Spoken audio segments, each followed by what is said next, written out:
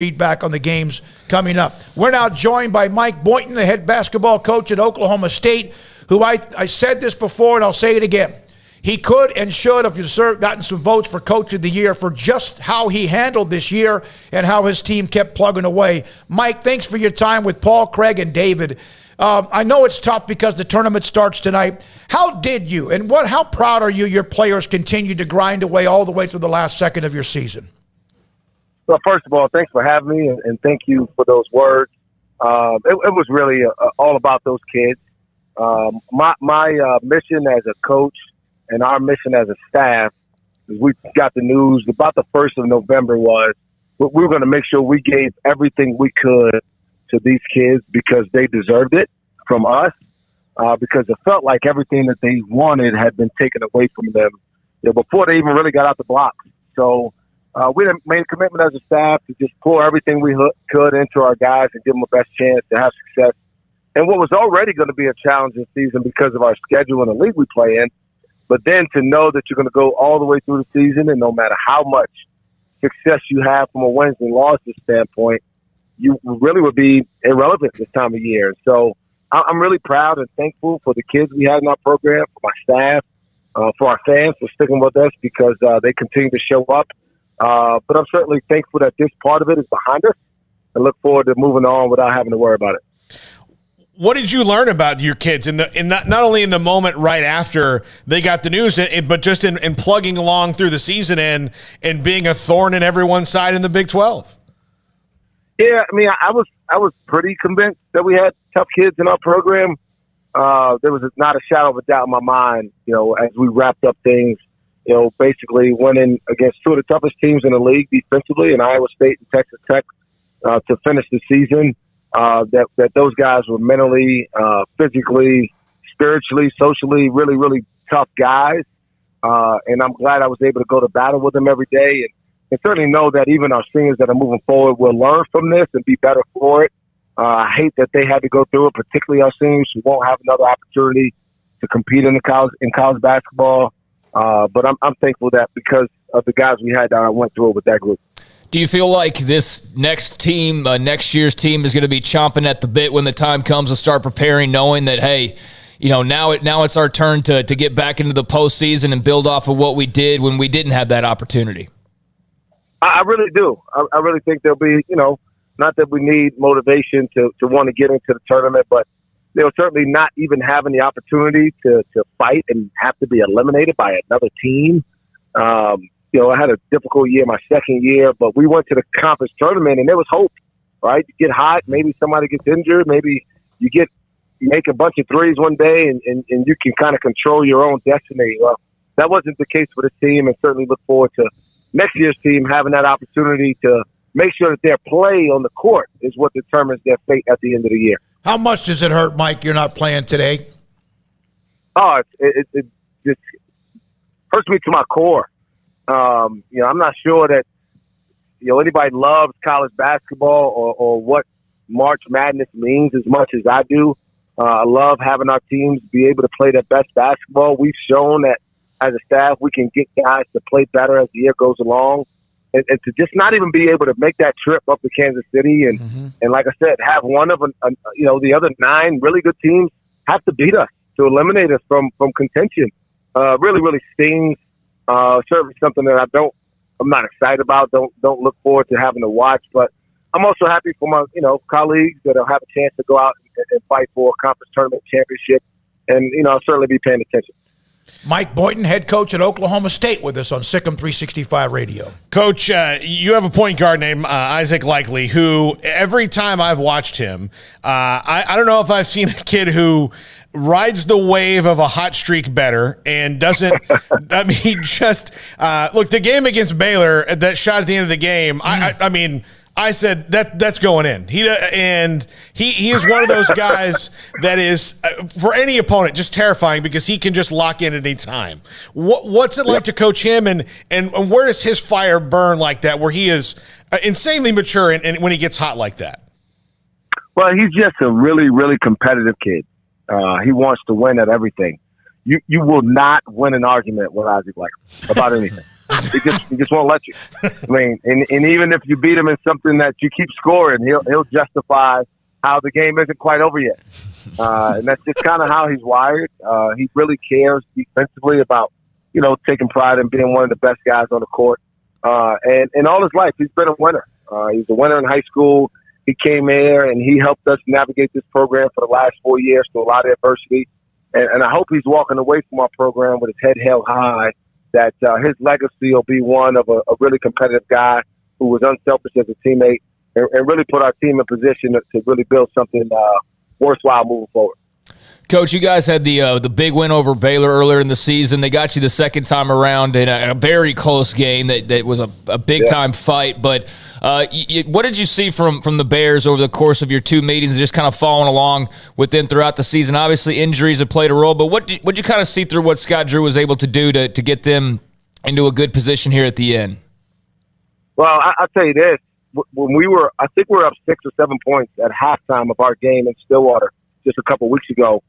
And our radio guy doing an interview asked me what I expect from them. And I told him I expect a championship effort. And that's what they did. Playing through injuries, playing with a couple of young guys who haven't been through this yet.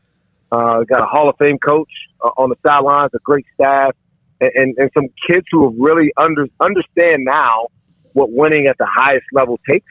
And they're totally committed to it. So I'm not surprised that they were able to do what they did at the end of the year and share the conference regular season championship because what Coach Scott Drew's done there is nothing short of incredible. And certainly I think people are still kind of slow to the ball here, but he's one of the best coaches, one of the best people in the country, and certainly a reason that Baylor basketball is as relevant nationally as they are, having been ranked as long as they have. And why recruits are clamoring to get to Waco. I grew up watching college basketball. Honestly, didn't pay much attention to Baylor basketball or to Waco or anything. But now it's the place to be, in large part because of Scott Drew and his staff. And obviously he's got kids that are bought into what he believes in. Mike, I don't know the answer to this, and that's why I'm asking the question. How many coaches reached out to you back in early November when the decision came down and gave you maybe their support and kind of felt for you? Most of them. I think the coaches in our conference, as competitive as we all support one another, especially in a difficult moment like that. Scott Drew may have been the first one of the other 9 to reach out and offer his support. And obviously, like I said, we've got a strong friendship, and obviously we compete. We've had some really good battles against each other over the years, and I really enjoy because he makes me better. He's made me a better coach in my 5 years. He's challenged me to think about how to get where his program is, and he's certainly a driving force. But I'm thankful for his friendship as well and look forward to seeing what he does with this team to finish out the last part of the season.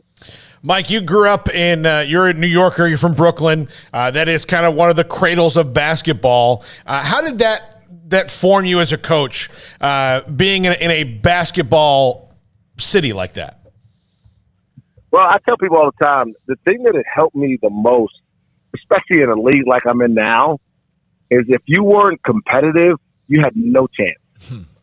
I'll tell you a quick story. I grew up playing basketball, obviously, and I was a point guard. Well, in the year 2000, my senior year in high school, there were 3 McDonald's All-American point guards in New York City. I wasn't one of them. But those were the guys that I competed against all the time. And so you were either going to show up and work hard and get better, or you're going to be embarrassed. There really wasn't anything in between. And so just being around that type of competition from a very early age helped drive me to work as hard as I possibly could to be able to hold my own. And so coming into a league like I am in now with several Hall of Famers, with multiple coaches who've won national championships, several others who've been to the Final Four, that foundation of competitiveness is what I think gives me a chance to go out there without fear to try to become the best that I can, knowing I'm doing it against, again, the best competition out there. Coach, you kind of answered my next question there, just that you talking about the competitiveness of the league. I mean, you've been around a while now, and you've seen, especially these last I guess 3-4 years, I mean, the momentum has continued to build, and you have, Kansas obviously with their history, but then Tech comes up and plays for a title, and then Baylor plays for a title and wins it. What's it been like to just kind of see this league grow and evolve and turn into the best college basketball conference in America? Yeah, K-State shared a Big 12 regular season championship in my time in this league. So, I know a lot of people talk about Kansas and for good reason, but this league competitively, Iowa State made the Sweet 16 just a few years ago. From top to bottom, I think the round robin certainly separates us from most other leagues. And 1 through 10, no one's surprised when K-State beats Tech or when K-State goes to Austin and wins. They may not be favored to win, but it's not a shock because they know they have really good players. They've got an experienced coach. And so from top to bottom, this league's got great players, tremendous environment at every venue. And obviously, it's what makes us all lose sleep at night and work really hard to continue to try to bring talent to our respective campuses to give ourselves a chance against some of the best competition in the country. I think there's been a couple of times when you were in Waco where I gained some respect for you, not gained or added respect for you, but I love the time, though, and I know you had a technical foul. I think you were ejected in Baylor a couple of years ago, and you got your message across, and then you stopped around midcourt, walked back over and shook hands with the coaching staff at Baylor. There's a lot of things we've seen in college basketball, Mike, recently where that may not have happened. Was that one of those moments where you just kind of stopped yourself and said, wait a minute, I needed it to be about me and my team for a second, but then sportsmanship as well? That's exactly what it was. And it's not one of my finest moments in terms of being ejected. It's the only time. I hope it doesn't happen again because I respect the game and the officials. They work hard, but I thought I didn't think they were doing a great job at the moment. I let them know it. Mm-hmm. However, as I started to reflect on what was going on in the moment, I knew I needed to respect the fact that Baylor played well and earned the opportunity to win, and for me to show them respect as winners. And so I wanted to make sure that I told Coach Drew that wasn't anything I didn't want to take away and be the story. It needed to be about Baylor versus Oklahoma State and the game that Baylor won. And I wanted to make sure his team, his staff, and his the fans there understood that I respected everything that they're doing down in Waco. But the main reason I respect you is you were at Stephen F. Austin. Brad Underwood made those great runs with those teams, and now a good friend of mine, Kyle Keller, who was an Oklahoma State coach at one point, he bleeds Oklahoma State Cowboy blood. You know that. He does.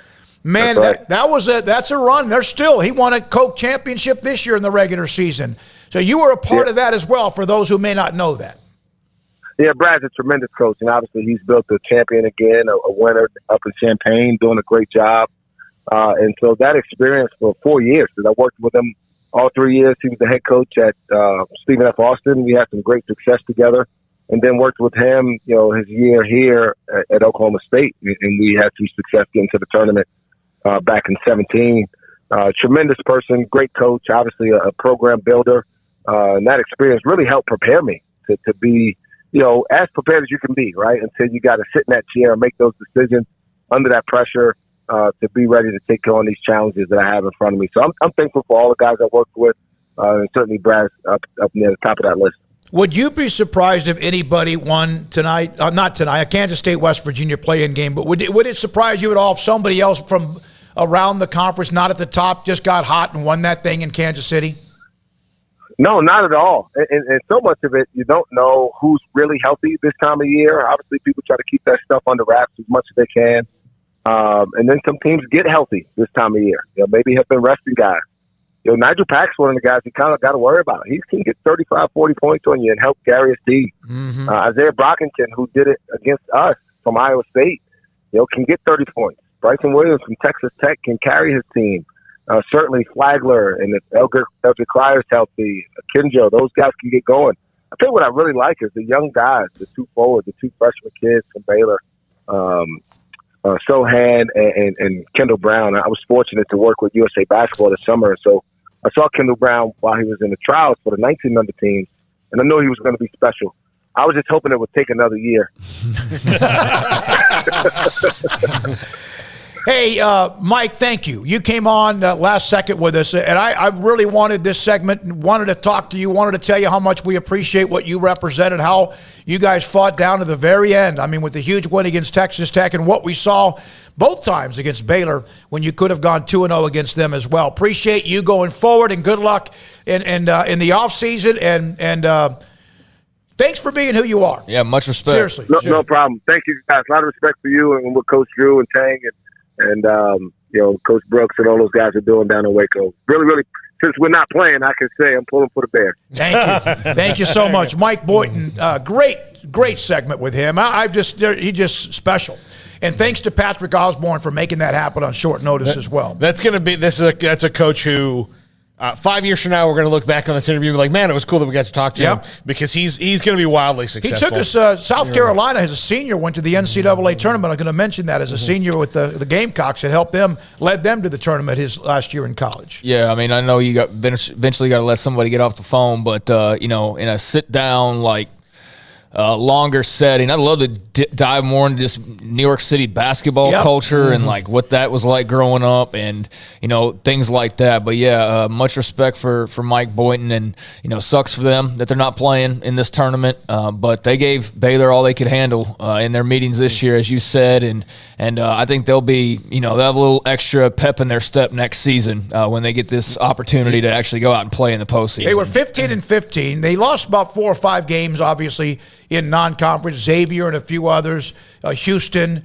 They were 15-15, but they went 8-10 in the conference with nothing to play for other than pride. Yeah, and I'll tell you this. I do think that the silver lining that will come out of this ridiculous, and it may already have come out of this ridiculously bogus punishment, is you're punishing a bunch of people who had nothing to do with it, a whole coaching staff that's different.